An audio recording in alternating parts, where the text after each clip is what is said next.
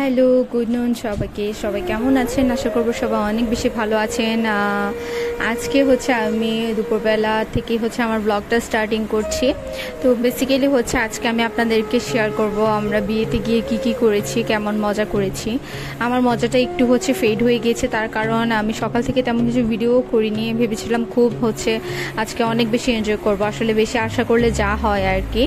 তো করব ভেবেছি, কিন্তু আসলে করতে পারিনি, তার কারণ আমার ছেলে হচ্ছে মানে আমার ছেলে এমন সব কাজ করছে। আসলে ও এখন তো অনেক কিছু মানে মোটামুটি টুকিটাকি বুঝে বা বুঝতে শিখেছে, বা অনেক কিছু নিজে নিজে করতেও শিখেছে, কিন্তু আসলে এগুলো সে না বুঝেই করে। তো তার মধ্যে একটা কাহিনী হচ্ছে, সে কিছুদিন আগে এমন একজন পার্সনকে ফ্রেন্ড রিকোয়েস্ট দিয়েছে, মানে যেটা হচ্ছে মানে একদমই অ্যাকসেপ্টেড না ছিল আর কি।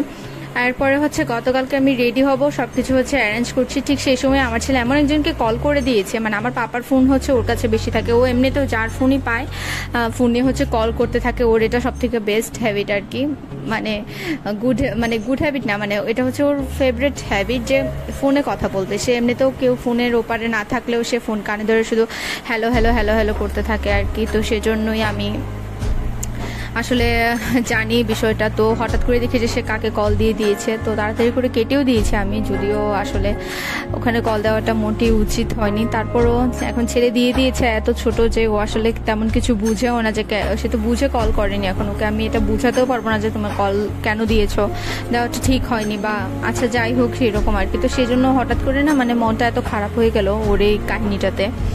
তো আমি আর কিছুই রেডি হইনি, আমি জাস্ট নর্মালি একটা ড্রেস পরি হচ্ছে বিয়ের জন্য বেরিয়ে গিয়েছি। আমার মনটা অনেক খারাপ হয়ে গিয়েছিল আর কি। তারপরে হচ্ছে এই তো চলে এসেছি, এখানে হচ্ছে ভাইয়ারা চলে এসেছে বর সেজে, ওখানে হচ্ছে অলরেডি ভাবি সেজে বসে আছে, বউ সেজে বসে আছে আর কি। তো এখন বিয়ের অন্যান্য সব যা যা রিচুয়ালস আছে সব কিছু হবে, গয়না পরানো, তারপর হচ্ছে বিয়ে পড়ানো, কবুল বলা, আর হচ্ছে খাওয়া দাওয়া, সব কিছুই আর কি। সবার সাথে সবার পরিচয় হওয়া। মুসলিম বিয়েতে তো আসলে হিন্দু বিয়ের থেকে রিচুয়ালস অনেক অনেক অনেক কম। হিন্দু বিয়েতে তো অনেক বেশি রিচুয়ালস থাকে। হিন্দু বিয়ে টোটাল বিয়ে প্রসেসটা কমপ্লিট হতে অলমোস্ট আমার মনে হয় যে 10 থেকে 15 দিন লেগে যায়, আগে পরে সব কিছু মিলিয়ে। এই দিক থেকে হচ্ছে ভালো, তাদের হচ্ছে মানে রিচুয়ালস কম আর কি। আমাদের তো হচ্ছে অনেক রিচুয়ালস থাকে। তো এই তো আজকে আপনাদের সাথে এগুলোই সব কিছু শেয়ার করব, কিভাবে কি হলো। ফার্স্টে হচ্ছে ভাইয়া এখানে এসেছে, গেট ধরবে হচ্ছে মেয়ে পক্ষেররা। তো কনে পক্ষের ওরা হচ্ছে ডিমান্ড করেছে কত টাকা বা কি দিবে। এই তো সব কিছু মিলিয়ে খুব খুব খুব মজা করলো। এই তো আপনারা ব্লগটা এনজয় করতে থাকেন, দেখতে থাকেন কি হচ্ছে।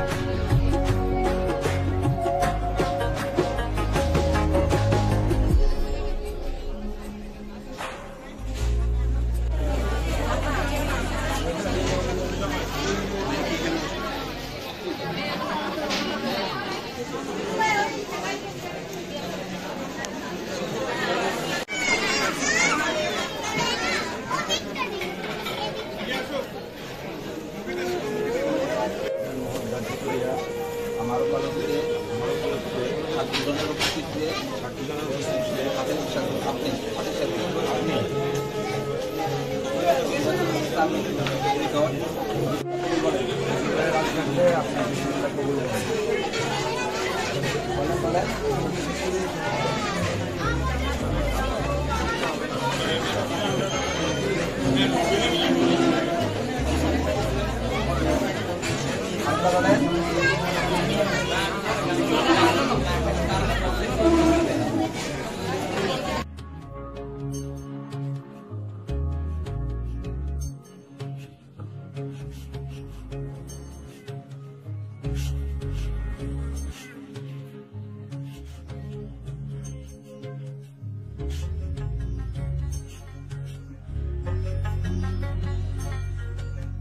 তো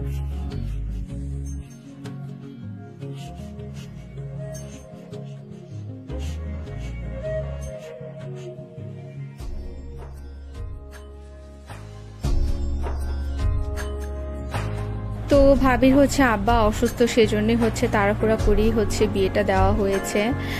আর ভাবি আর ভাইয়া সেম এজ, তো ছেলেরা আসলে একটু লেট করে বিয়ে করতে পারে, কিন্তু ভাবির তো আসলে বয়স হয়ে গিয়েছে, বয়স একদম পারফেক্ট টাইম এখনই বিয়ের, তো সেজন্যই হচ্ছে বিয়েটা হয়ে গিয়েছে।